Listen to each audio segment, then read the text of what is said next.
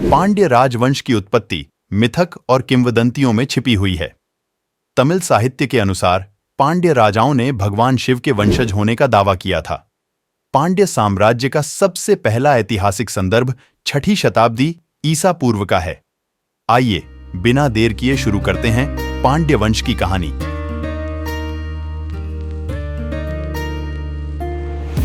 पांड्या साम्राज्य ने समय के साथ अपना प्रभाव बढ़ाया, मुख्य रूप से दक्षिण भारत के तमिलनाडु क्षेत्र में। पांड्य राजाओं ने भारत के दक्षिणी सिरे से लेकर वर्तमान मदुरई और त्रिची के आसपास के क्षेत्रों को नियंत्रित किया। श्रीलंका में भी उनका खासा प्रभाव था। पांड्य राजवंश अपने समुद्री व्यापार नेटवर्क के लिए प्रसिद्ध था, जो तमिल भूमि को दक्षिण पूर्व एशिया, चीन और रोमन साम्राज्य से जोड़ता था। कोरकाई और मदुरई जैसे बंदरगाह व्यापार के महत्वपूर्ण केंद्र थे। पांड्य राजा तमिल साहित्य और संस्कृति के संरक्षक थे। उन्होंने प्राचीन तमिल कविताओं और महाकाव्यों के संग्रह संगम साहित्य के विकास में योगदान दिया। संगम साहित्य में कई पांड्य राजाओं का उल्लेख किया गया है, जो कला और साहित्य के उनके संरक्षण पर प्रकाश डालते हैं। पांड्य साम्राज्य को पड़ोसी राजवंशों, विशेषकर चोल और पल्लवों के साथ कई आक्रमणों और संघर्षों का सामना करना पड़ा। आंतरिक संघर्ष और बाहरी आक्रमण विशेष रूप से दिल्ली सल्तनत और बाद में विजयनगर साम्राज्य द्वारा 17वीं शताब्दी ईस्वी तक पांड्य राजवंश के पतन का कारण बना। 9वीं शताब्दी ईस्वी के दौरान चोल राजवंश दक्षिण भारत में एक प्रमुख शक्ति के रूप में उभरा। राजवंश के संस्थापक विजयालय चोल ने उपजाऊ कावेरी डेल्टा क्षेत्र में अपना शासन स्थापित किया। चोल राजाओं, विशेषकर राजराजा चोल प्रथम और उनके पुत्र राजेंद्र चोल प्रथम ने महत्वाकांक्षी सैन्य अभियान चलाए, जिससे चोल साम्राज्य की सीमाओं का विस्तार हुआ। उन्होंने तमिलनाडु, कर्नाटक, श्रीलंका और दक्षिण पूर्व एशिया के कुछ हिस्सों पर विजय प्राप्त की।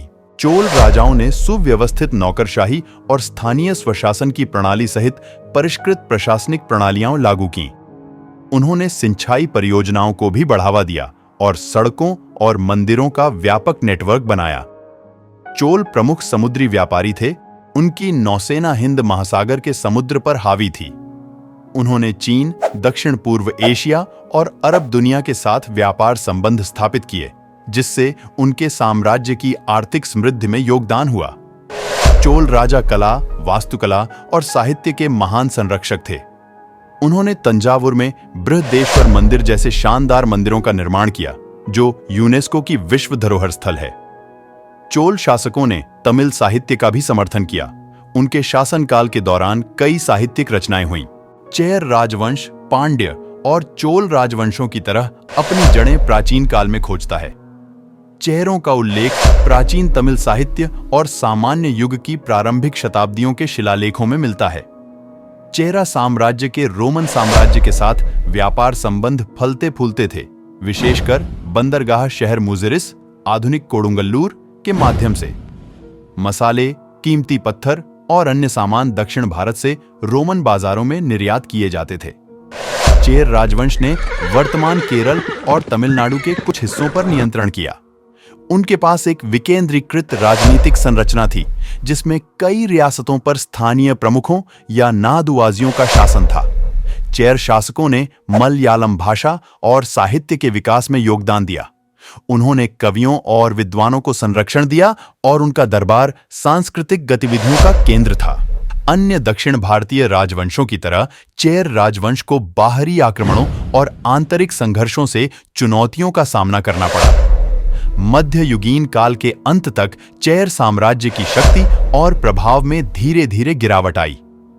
कुल मिलाकर इन दक्षिण भारतीय राजवंशों ने क्षेत्र के इतिहास और संस्कृति को आकार देने में महत्वपूर्ण भूमिका निभाई और अपने पीछे एक समृद्ध विरासत छोड़ी, जिसका आज भी जश्न मनाया जाता है और अध्ययन किया जाता है। आपको यह कहानी कैसी लगी? कमेंट शेयर करके जरूर बताइए और चैनल में नया है तो सब्सक्राइबर कर दीजिए पहले वीडियो पाने के लिए।